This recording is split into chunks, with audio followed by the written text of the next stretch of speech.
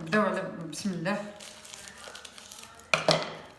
كنديروا 3 ديال المعالق ديال سيليلاك، 3. تنديروا معلقه ديال الجنجلان اللي تنكونوا حمرناه، كنزيدوا عليه الحليب،